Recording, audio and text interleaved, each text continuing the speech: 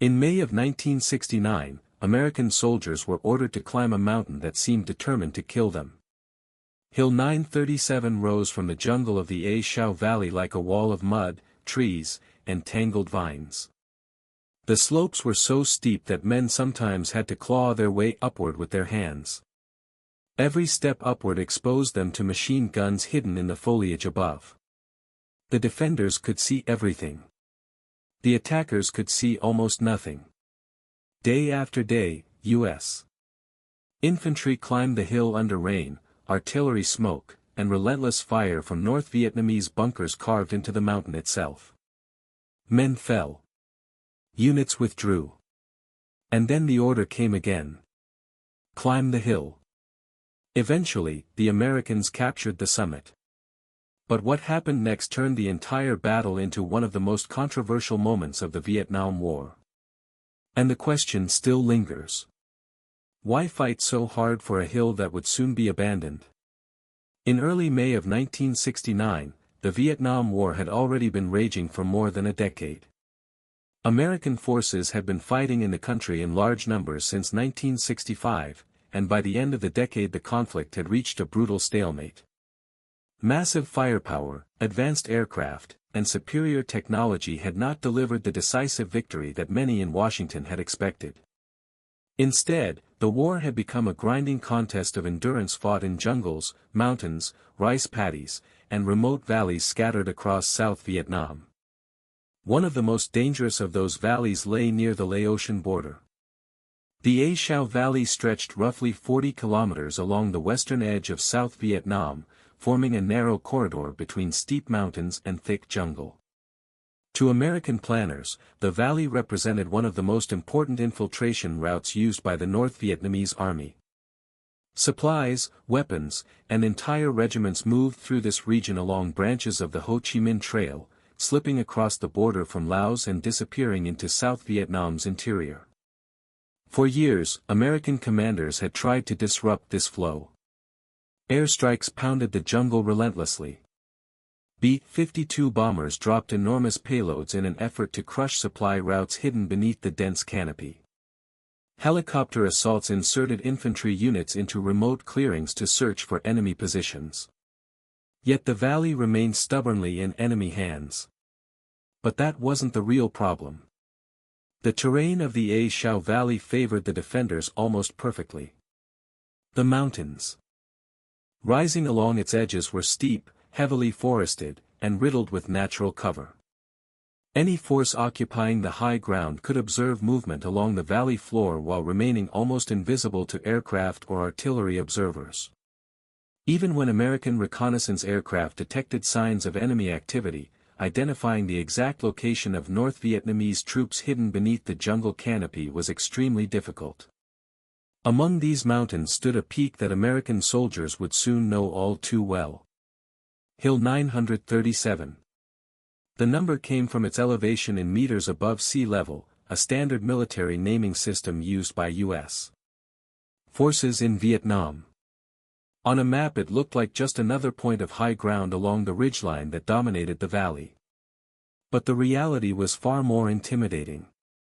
Hill 937 was a massive jungle-covered mountain rising sharply from the surrounding terrain. Its slopes were brutally steep, in some places climbing at angles that forced soldiers to scramble upward through mud and tangled vegetation.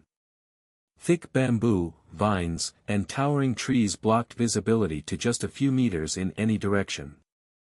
Moving uphill through that jungle was slow, exhausting, and disorienting. And the defenders knew it. The North Vietnamese Army had been operating in the A Shau Valley for years. They understood the terrain intimately. Their units were accustomed to living and fighting in dense jungle, and they had developed sophisticated defensive systems designed specifically for this environment. Bunkers were dug deep into the mountainside. Firing positions were concealed beneath layers of logs, earth, and vegetation. Interlocking fields of fire covered the narrow approaches that attackers would be forced to climb. Tunnels allowed defenders to move between positions without exposing themselves to enemy fire or aerial observation. From the air, these fortifications were almost impossible to detect. And this is where the situation began to change. In the spring of 1969, American intelligence detected signs that a large North Vietnamese force was operating inside the A Shau Valley once again. Patrols reported increasing enemy activity. Reconnaissance flights spotted new trails and supply caches hidden within the jungle. Intercepted communication suggested that entire regiments had moved into the region. For American commanders, this was unacceptable. The valley had long served as a sanctuary where North Vietnamese forces could regroup, resupply, and launch attacks deeper into South Vietnam. If large units were allowed to remain there undisturbed, they could threaten major population centers and military bases throughout the northern part of the country. The decision was made to strike. The operation would involve several battalions of the U.S. Army's 101st Airborne Division, supported by South Vietnamese units and massive amounts of artillery and air power. Helicopters would insert troops into landing zones carved from the jungle. From there, infantry companies would sweep the surrounding mountains, searching for enemy forces and destroying their positions. It sounded straightforward in theory. But the jungle had a way of turning simple plans into deadly struggles. The soldiers of the 101st Airborne who boarded helicopters in May of 1969 were experienced veterans. Many had already fought in some of the most brutal battles of the Vietnam War. They knew the dangers of jungle combat. They knew how quickly an unseen enemy could transform a quiet patrol into a deadly ambush. Still, nothing quite prepared them for what waited on Hill 937. Because what American commanders initially believed was a routine search-and-destroy operation was about to become one of the most savage infantry battles of the entire war. And the mountain they were about to climb would soon earn a name that echoed across newspapers, television screens, and political debates around the world. Hamburger Hill. But no one knew that yet. At the beginning, it was simply another objective on a map deep inside the jungle of the A Shau Valley. By the time American forces began moving into the mountains surrounding the A Shau Valley in May of 1969, the Vietnam War had already taught them a harsh lesson. Technology did not guarantee control of the battlefield. The United States possessed overwhelming advantages: jet aircraft, artillery, helicopters, advanced communications, and a logistics system capable of delivering enormous firepower to almost any corner of South Vietnam. On paper, the American military was the most powerful force ever deployed in Southeast Asia. But the enemy was fighting a very different kind of war. The North Vietnamese army understood something fundamental about the terrain and the strategy of their opponent. They knew that American commanders preferred mobility and firepower. Helicopters could move troops quickly across the battlefield. Artillery could devastate exposed positions. Airstrikes could flatten large areas of jungle. So the North Vietnamese adapted. They avoided open ground. They built fortifications deep inside mountains and forests where air power was less effective. They moved supplies along hidden trails beneath thick jungle canopy, often at night, invisible to reconnaissance aircraft. And when they chose to fight, they selected ground where American advantages were sharply reduced. Hill 937 was exactly that kind of ground. But that wasn't the real problem. When the first American patrols began probing the slopes of the mountain, they expected to encounter enemy troops moving through the area, perhaps small defensive elements protecting supply routes. What they discovered instead was something far more dangerous. The mountain was heavily fortified. The North Vietnamese defenders had transformed the slopes of Hill 937 into a layered defensive system designed specifically to defeat uphill assaults. Bunkers had been carved into the hillside, reinforced with thick logs and packed earth capable of absorbing artillery blasts. Firing ports were positioned to cover narrow approaches through the jungle. Some bunkers were positioned above others, allowing defenders to fire downward at attackers climbing the slopes. Others were concealed so carefully that American soldiers could pass within a few meters without realizing they were there. Then the firing would begin. Machine guns opened up from hidden positions. Rifle fire cracked through the trees. Rocket-propelled grenades slammed into advancing infantry units struggling to climb the muddy slopes. The jungle amplified the chaos. Visibility was often limited to just a few meters. Soldiers could hear gunfire but struggled to locate its source. Thick vegetation slowed movement and made coordinated maneuvers extremely difficult. Radio communication sometimes failed beneath the heavy canopy. Every step uphill became a gamble. And this is where the situation began to deteriorate. The American strategy relied on locating enemy forces, fixing them in place, and then destroying them using coordinated infantry assault supported by artillery and airstrikes. But Hill 937 made this approach extraordinarily costly. Artillery shells exploded across the mountain, tearing through trees and sending debris flying through the air. Fighter bombers roared overhead, dropping napalm and high-explosive bombs onto suspected bunker positions. Yet many of the defenders survived. Their bunkers were deep, reinforced, and carefully concealed. When bombardments ended, North Vietnamese soldiers often emerged from their shelters ready to fight again. Then American infantry would begin climbing the slopes once more. What followed was a brutal cycle that repeated itself again and again. Units advanced uphill through dense jungle. Hidden bunkers opened fire. The assault stalled. Artillery and airstrikes were called in. Then the advance resumed. Sometimes the attackers gained ground. Often they did not. Casualties began to mount. Companies that had started the operation with full strength found themselves steadily reduced as the days passed. Medics struggled to evacuate wounded soldiers down steep, muddy trails to helicopter landing zones carved from the jungle. Helicopters arriving to extract casualties often came under enemy fire as they hovered near the treetops. And yet the orders remained unchanged. Continue the assault. For the soldiers on the ground, the experience was grueling. The heat was oppressive. Rain turned the slopes into rivers of mud. Equipment became soaked and heavy. Every climb uphill demanded enormous physical effort even before enemy fire began. Then there was the psychological strain. The defenders were rarely visible. American troops would move forward through dense vegetation, knowing that somewhere ahead, hidden inside the mountain itself, enemy soldiers were waiting. At any moment machine guns could open fire from positions that seemed to appear out of nowhere. This uncertainty made every movement tense and exhausting. And this is where the battle began to take on a darker tone. As days passed and assaults continued, the mountain developed a grim reputation among the soldiers fighting there. The fighting was close, violent, and relentless.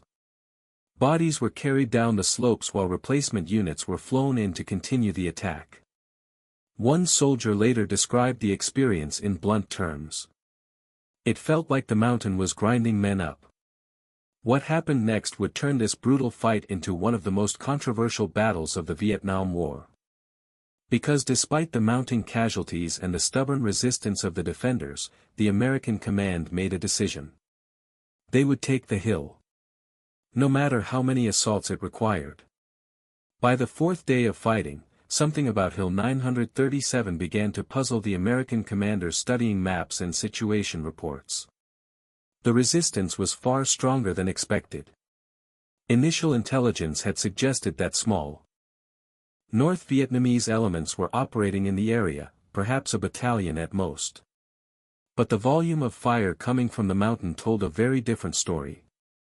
Every time American units pushed higher up the slopes, new bunkers opened fire. Fresh defenders seemed to appear from hidden positions in the jungle. It was as if the mountain itself was alive with soldiers. But that wasn't the strangest part. Even after heavy artillery bombardments and repeated airstrikes, the defensive network on Hill 937 kept functioning. Bunkers that should have been destroyed suddenly opened fire again hours later.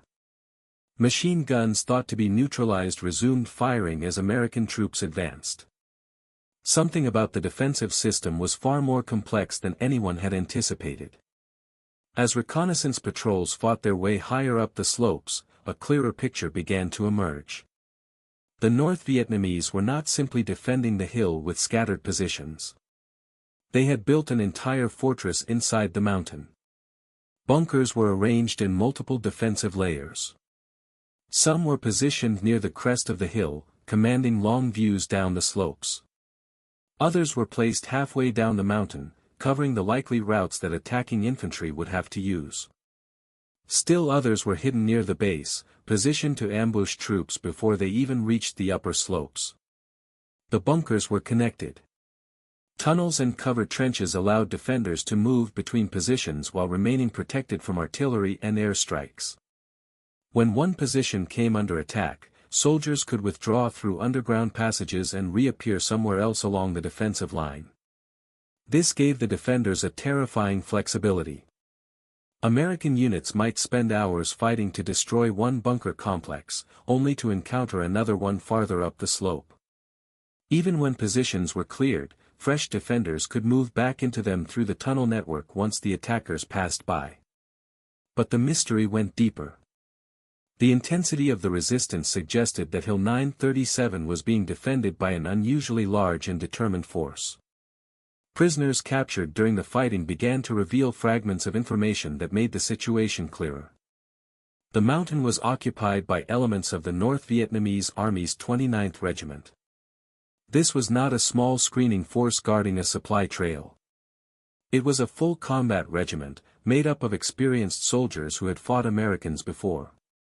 Many of them had spent months constructing the defensive system that now covered the mountain.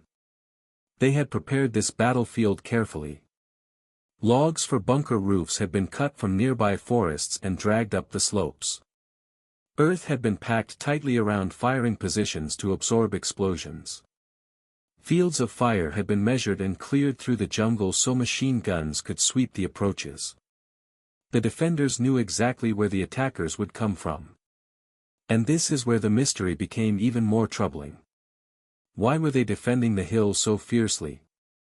From a purely strategic perspective, Hill 937 did not control a major city or a critical supply depot. It was simply one of many mountains rising above the A Shau Valley. If the North Vietnamese lost the hill, they could move deeper into the valley or retreat across the Laotian border and regroup. Yet they chose to stay. Even under constant bombardment, even as American infantry climbed closer to the summit day after day, the defenders refused to abandon their positions. They fought for every bunker. They counterattacked when American units gained ground. They held their fire until attackers were dangerously close, maximizing the effectiveness of every burst from their machine guns. To the soldiers climbing the slopes, it felt as though the enemy intended to fight to the last man. And this raised a question that none of the American troops on the mountain could fully answer at the time. What made Hill 937 so important? Was it a critical observation point for enemy forces operating in the A Shau Valley? A command post hidden somewhere beneath the jungle canopy? Or simply a strong defensive position the North Vietnamese had decided to defend as long as possible? The answers were unclear. But one thing was becoming painfully obvious. This was no longer a routine search and destroy mission. Hill 937 had become a battlefield in its own right. And as the days passed and the assaults continued, both sides were becoming locked into a brutal struggle where neither seemed willing to step back. What happened next would reveal why this battle became one of the most infamous infantry fights of the Vietnam War. To understand why the battle for Hill 937 became so costly, it is necessary to understand a harsh truth about jungle warfare. Terrain is a weapon. In conventional warfare fought across open fields or deserts, attacking forces can use speed, maneuver, and firepower to overwhelm defenders. Tanks can move across open ground. Aircraft can identify targets easily. Artillery observers can direct precise fire onto enemy positions. But steep jungle mountains change every rule of that equation. Hill 937 forced the attacking American units into a tactical situation that military history has repeatedly shown to be among the most dangerous in warfare. An uphill assault against prepared defenses. The physics of the battlefield favored the defenders in almost every way. Soldiers climbing the slopes of the mountain were exposed to enemies positioned above them. Gravity itself worked against the attackers. Movement uphill was slower, more exhausting, and far easier to observe. The defenders, meanwhile, fought from cover. Their bunkers were dug directly into the hillside and reinforced with thick timber and packed earth. Many were positioned so that only the firing slit was visible from the outside. From these narrow openings, machine gunners could fire downward at attacking troops struggling through dense vegetation. But that wasn't the most important element of their defense. The North Vietnamese had organized their fortifications into mutually supporting positions. Each bunker covered the approaches to others. If American soldiers attempted to attack one position, they often came under fire from 2 or 3 additional bunkers hidden nearby. This created overlapping fields of fire across the slopes. And this is where the tactical logic of the defense became clear. Instead of relying on a single defensive line, the defenders had constructed multiple layers of resistance across the mountain. Some bunkers were located near the base of the hill to slow the initial approach. Others were positioned halfway up the slopes to stop advancing units that had already begun the climb. The most heavily fortified positions guarded the summit. This meant that even if American troops destroyed the lower bunkers, they still faced additional defensive lines higher up the mountain. Every advance required another assault. And each assault carried a cost. But the North Vietnamese doctrine went even deeper than simple bunker placement. Their defensive philosophy emphasized concealment, patience, and controlled fire. Instead of revealing their positions early, many defenders waited until American soldiers were extremely close before opening fire. Sometimes the attackers were only a few meters away. At that distance, machine guns and rifles were devastating. A sudden burst of fire could halt an entire platoon's advance before soldiers even had time to locate the bunker that had fired the shots. And this is where the situation became extraordinarily dangerous. The jungle itself limited the effectiveness of American firepower. Thick foliage blocked visibility and absorbed fragments from artillery shells. Bombs dropped by aircraft could devastate the treetops but often failed to destroy bunkers buried deep in the hillside. When the bombardment ended, defenders could emerge and fight again. This forced American commanders to rely on infantry assaults to clear the mountain. Small units had to move bunker by bunker, often using grenades, flamethrowers, and close-range fire to destroy each position.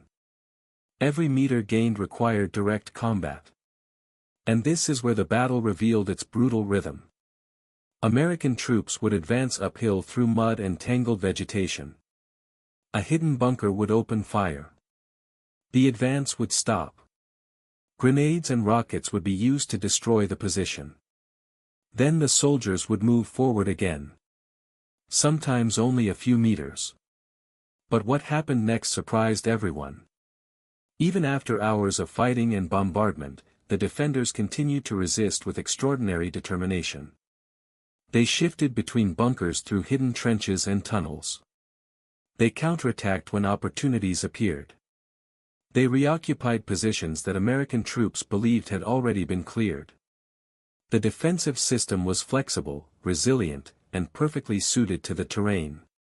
For the attackers, the tactical challenge was enormous.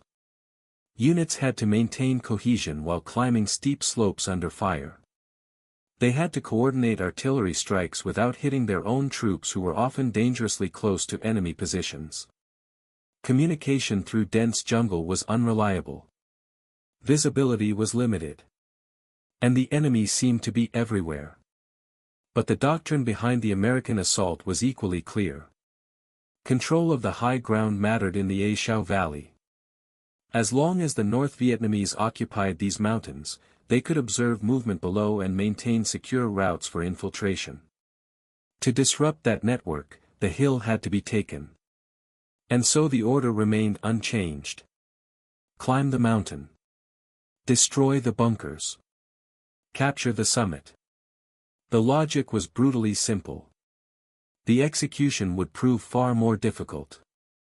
Because by the middle of May 1969, Hill 937 had already become one of the most lethal pieces of terrain in the entire Vietnam War. And the hardest fighting was still ahead. By the middle of May 1969, the battle for Hill 937 had already stretched beyond what anyone had expected.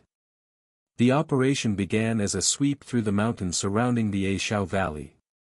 American battalions were supposed to locate enemy forces, disrupt their presence in the region, and then continue moving through the valley.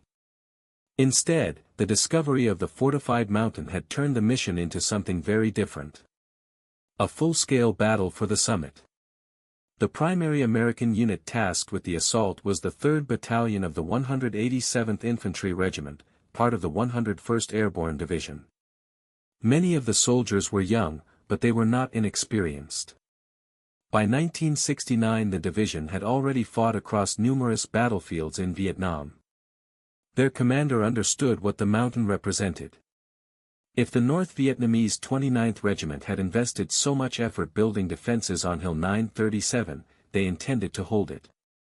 That meant the only way to remove them from the valley was to fight them there. And so the assaults continued. Each morning began with preparation.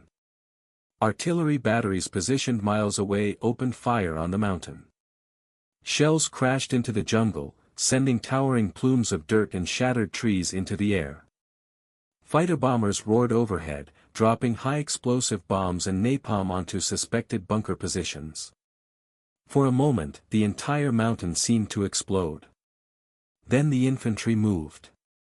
Small groups of soldiers pushed into the jungle, climbing slowly upward through the thick vegetation. Their uniforms were soaked with sweat and rain. Mud clung to their boots and equipment. Every man carried a heavy load of ammunition, grenades, water, and radios. They moved cautiously. Because they knew what waited above them.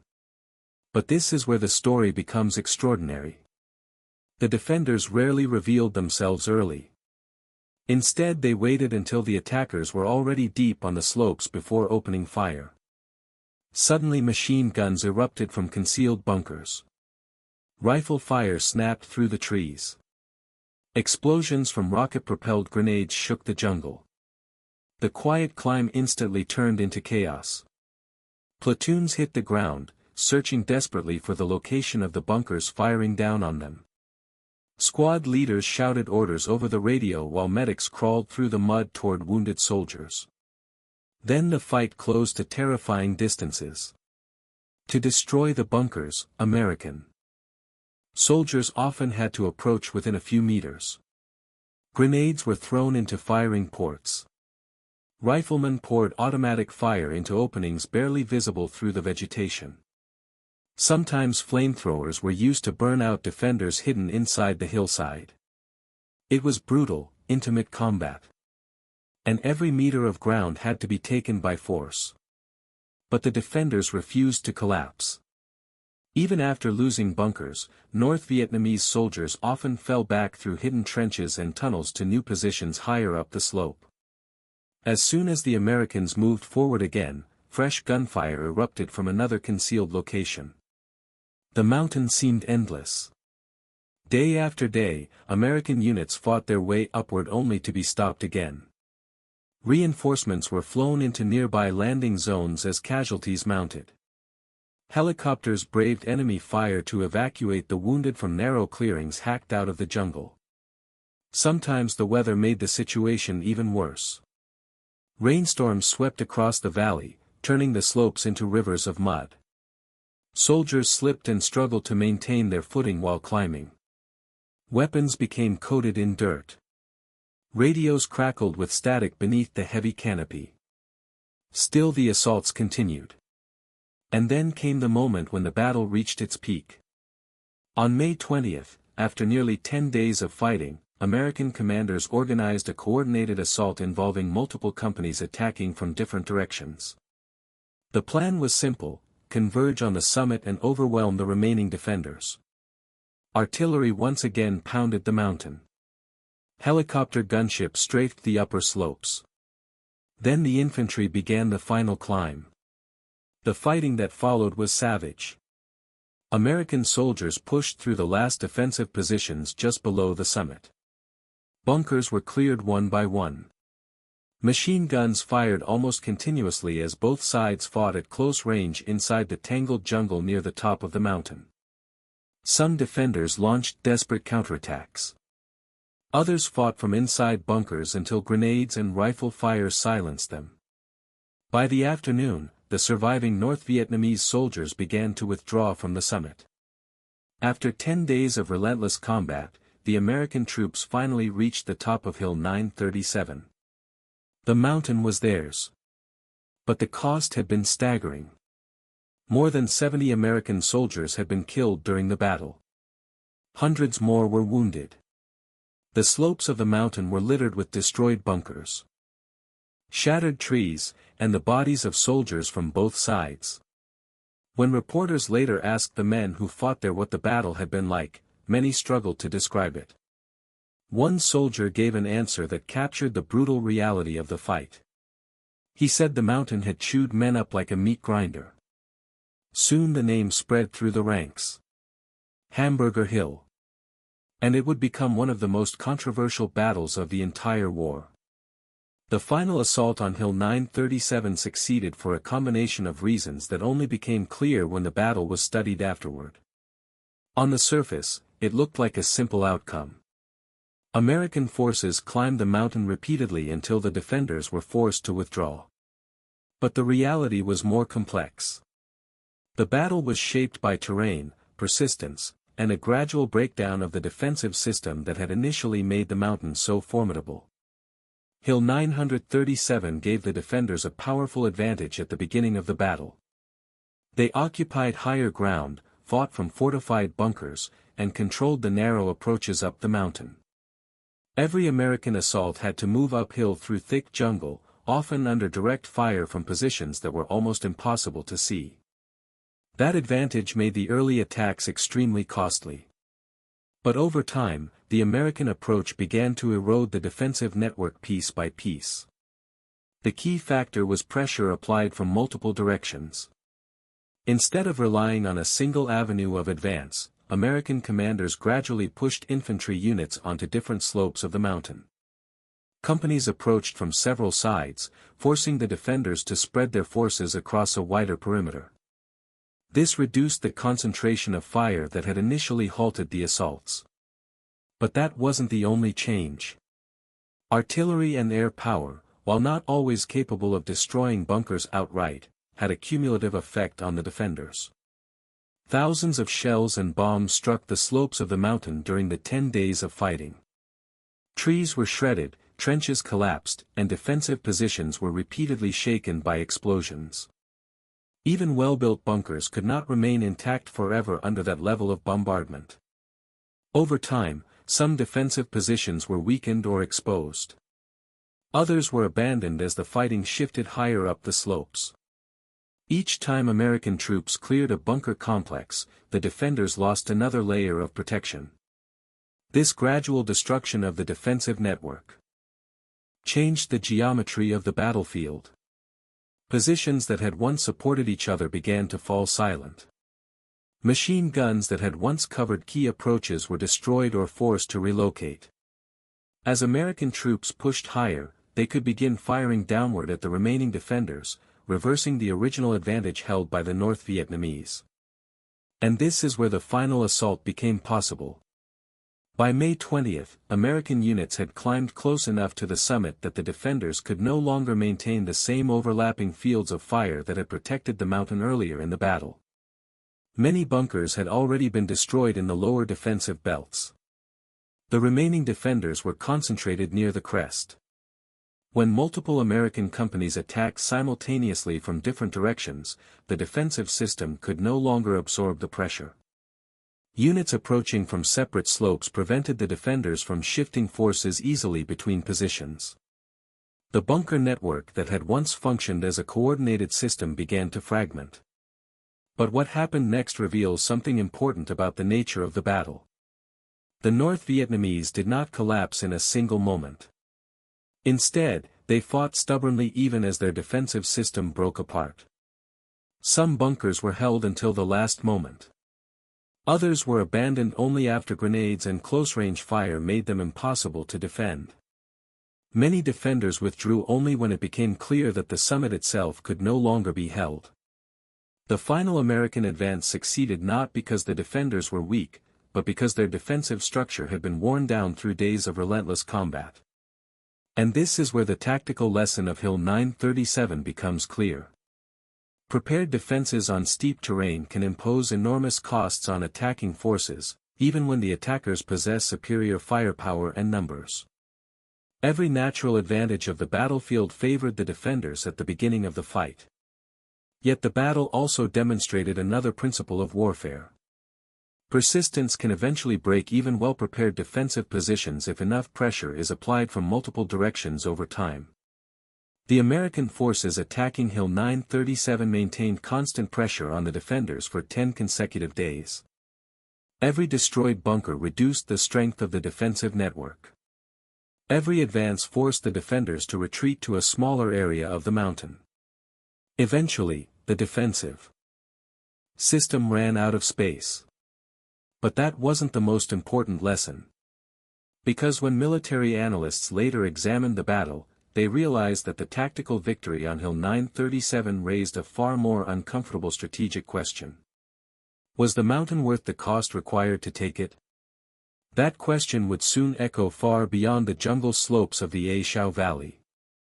The battle for Hill 937 revealed something deeply uncomfortable about the nature of the Vietnam War. On a tactical level, the outcome was undeniable. American forces had defeated a determined North Vietnamese regiment occupying one of the most formidable defensive positions in the A Shau Valley. The summit had been captured after 10 days of relentless fighting. But the larger question was far more complicated. Why had the hill needed to be taken at all? The American strategy in Vietnam during this period relied heavily on what commanders called search and destroy operations. Instead of capturing and permanently holding large areas of territory, U.S. forces aimed to locate enemy units, destroy them through superior firepower, and then move on to the next area of operations. Victory was often measured in attrition. If enough enemy units were destroyed, the theory went, North Vietnam would eventually lose the ability or the will to continue the war. Battles like Hill 937 were therefore seen as opportunities to inflict heavy casualties on North Vietnamese forces. And in that sense, the operation succeeded. Hundreds of North Vietnamese soldiers were believed to have been killed during the fighting. The defensive network they had spent months constructing was destroyed. For a brief period, American forces controlled one of the most dominant positions overlooking the A Shau Valley. But that wasn't the real issue. The problem was what happened next. Only days after capturing the summit, American commanders made a decision that stunned many of the soldiers who had fought there. Instead of establishing a permanent presence on the mountain, U.S. forces withdrew from Hill 937. The hill was abandoned. The decision made sense from a purely operational perspective. The mission had been to disrupt enemy forces in the valley, not necessarily to occupy every mountain indefinitely. Once the North Vietnamese defenders had been driven away and their fortifications destroyed, American units were needed elsewhere. Holding the hill permanently would have required additional troops and supply lines in an isolated and difficult piece of terrain. But the symbolism was devastating. News of the battle quickly reached the United States. Reporters described the brutal fighting, the repeated assaults up the steep jungle slopes, and the high number of casualties suffered during the attack. When it became known that the hill had been abandoned shortly after it was captured, the public reaction was explosive. Critics began asking the same question. Why sacrifice so many lives for a hill that would not even be held? The battle quickly became a symbol of what many Americans saw as the contradictions of the war itself. Tactical victories were being achieved on the battlefield, but those victories did not appear to bring the conflict any closer to a clear strategic conclusion. And this is where the deeper lesson of Hamburger Hill emerges. Modern warfare is not judged only by tactical success. Even a hard-fought battlefield victory can become strategically damaging if the purpose of that victory is unclear to soldiers, commanders, and the public alike. Hill 937 demonstrated the immense cost of attacking well-prepared defenders in difficult terrain. But it also revealed something equally important. Military success must always be connected to a clear strategic objective. Without that connection, even the most determined and courageous battlefield achievements can raise questions that echo far beyond the battlefield itself. And in 1969, those questions were beginning to reshape the entire course of the Vietnam War. In the weeks after the battle ended, the summit of Hill 937 slowly returned to silence. The jungle that had been shredded by artillery and bombs began to settle under the heavy mountain rain. Broken trees leaned across the slopes where soldiers had fought their way upward. The deep scars left by explosions filled with mud and water. Smoke from burned vegetation drifted through the valley before disappearing into the thick green canopy. For a brief moment in May of 1969, that mountain had been one of the most violent places on Earth. Then the war moved on. American units withdrew from the summit not long after capturing it. Their mission in the A Shau Valley continued elsewhere, chasing enemy formations deeper into the jungle. Without a permanent force to occupy it, Hill 937 returned to the control of the same terrain that had protected it before. The jungle reclaimed the battlefield. But the memory of the fight did not disappear. Among the soldiers who had climbed those slopes, the name Hamburger Hill carried a weight that no map coordinate could capture. It represented exhaustion, fear, courage, and loss compressed into 10 brutal days of combat. Every bunker cleared, every meter of ground gained had come at a price measured in lives. Yet the hill itself had never truly been the point. Hamburger Hill became something larger than a single battlefield. It became a symbol of the difficult questions that defined the later years of the Vietnam War. Tactical victories were still possible. American soldiers could fight with extraordinary determination and skill. But increasingly, the meaning of those victories was being debated far from the jungle mountains where the fighting actually occurred. And that debate would shape the future of the war. Today, Hill 937 still rises above the A Shau Valley, covered once again in thick jungle. The bunkers have collapsed. The trenches have disappeared beneath soil and roots. From a distance, the mountain looks peaceful, almost untouched. But beneath that quiet landscape lies the memory of a battle that revealed both the power and the limits of military force. A place where courage was undeniable. Where sacrifice was real. And where the cost of a single hill forced an entire nation to ask what victory in war truly meant.